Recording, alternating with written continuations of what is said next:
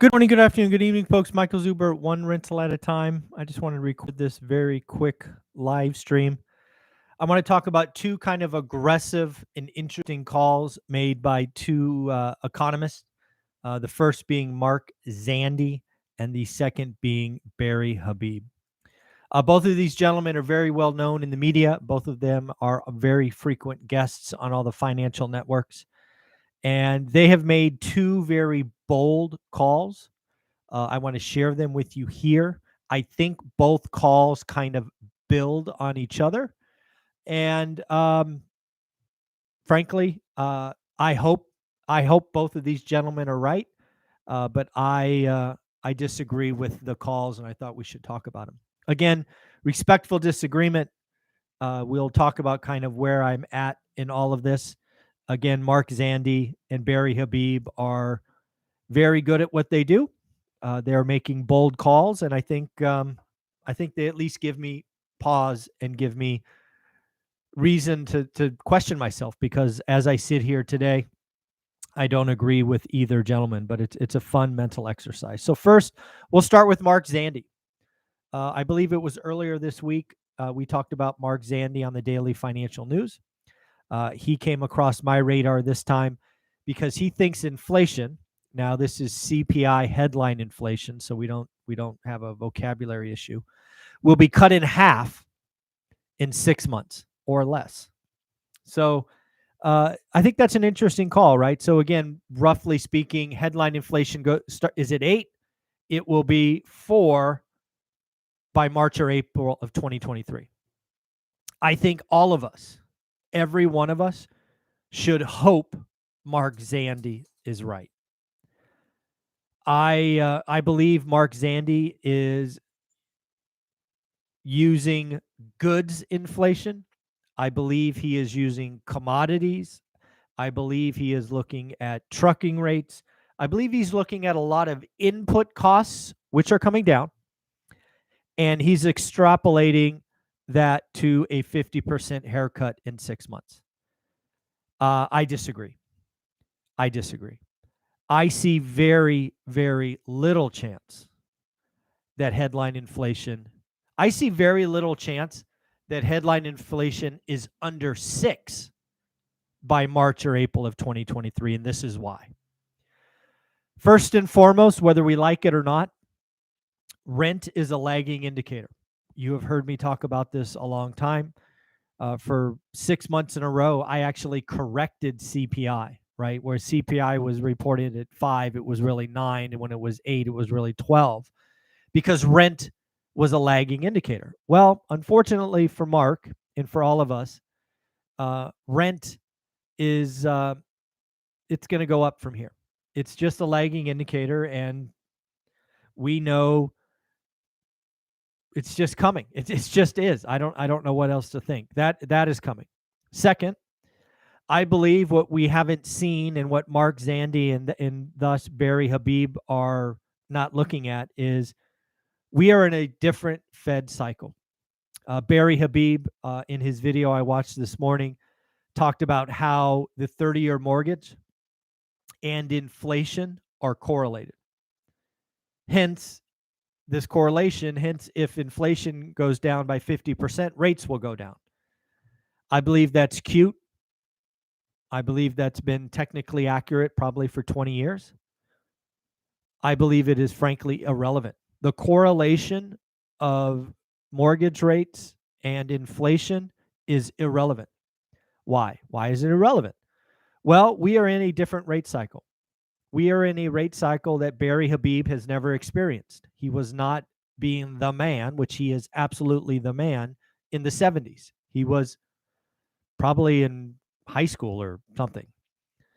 I don't know, maybe grade school. Anyways, he wasn't making forecast calls in the 70s. We are in a different rate cycle. We are in a Paul Volcker-like rate cycle where rates are going up faster, and more importantly, I believe going to stay up longer. So it's again, I think the correlation that Barry is looking for is valid, except in a rising rate environment. Could we get mortgage rates under 5% in 2024? Yeah, I could see that. I think, yes, I think that is possible. I do not think it's possible in 6 months. I think it's wishful thinking. I think it's talking your book. I think it's not appreciating. I think Barry's view and Mark's view is we are repeating the 2000s. And again, we're repeating 1979, 80, 81, in my opinion. So next, Mark Zandi. So we've already talked about him anchored on stuff, trucking, commodities. We've talked about rent. Here's the big one. And I have a video coming out at 9 o'clock, so 11 minutes. It's going to blow your mind, I think. I took on the compare 2023 with 08, and that video comes out in 11 minutes. One of the big ahas at the end of that I think Mark is wrong and thus Barry is wrong is from 2008 to 2012, we saw 2% wage inflation. For a 5-year period, wages went up nominal, not real, nominal wages went up 2% over a total 5-year duration. Talk about a lost 5 years. I believe that over the next 5 years, we will see wage inflation collectively be at least a teenager, 13, 14, 15, 16. And if you asked me to take the over-under at 18, I might take the over. I think wage inflation is going to repeat the 70s. Unions, more unions. We saw more and more things go unionized, right? Apple stores and Amazon's warehouses and Starbucks. And I think the employee is going to get theirs. We are seeing wage, the last nominal wage I saw was 7.2. And if you change jobs, it was like 15. We are going to see wage inflation the next 5 years that dwarfs what we saw from 08 to 2012. Very eye-opening. Why is that important? Well, the biggest component of core inflation is services. Well, what the hell is a service? Well, think about services not being stuff, right? You get stuff from Amazon, boxes. Services is restaurants and hotels and airlines and all these other things. It's people.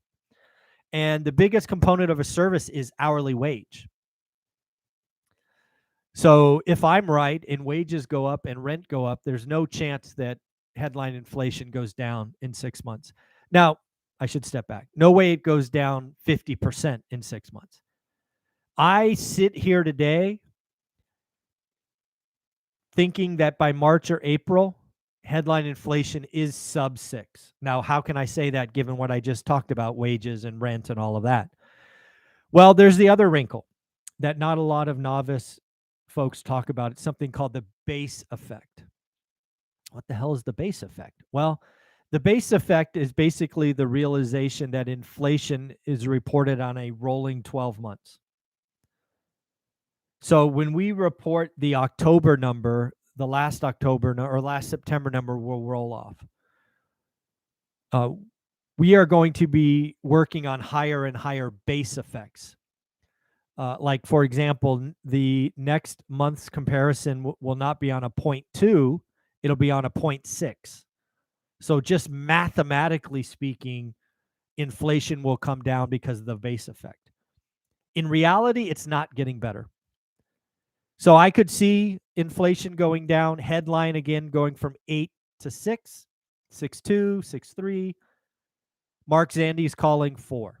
I don't see it. Now, when you step back and look at what Barry Habib is calling, again, he's calling a correlation of 30-year mortgage with inflation. So I've already said inflation's not going down as much, which he would need to get to sub 5. But also, I believe the correlation is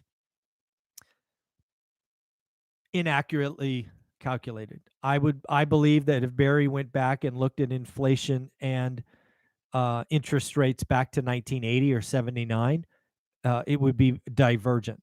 It would be non-correlated. I believe Jerome Powell, unless something nasty happens, is going to go higher, faster, and stay there longer.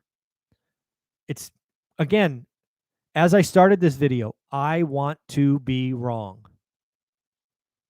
I want to be wrong about price. I would love a 50% crash. I don't see it. I would love interest rates below 5% next year. I don't see it. I would love inflation to go under 4% by March or April. I don't see it. So again, I just wanted to have this quick conversation with you. There's some very amazing calls out there. It's fun to think about. Again, Mark Zandi, Barry Habib, the best of the best. They do what they do.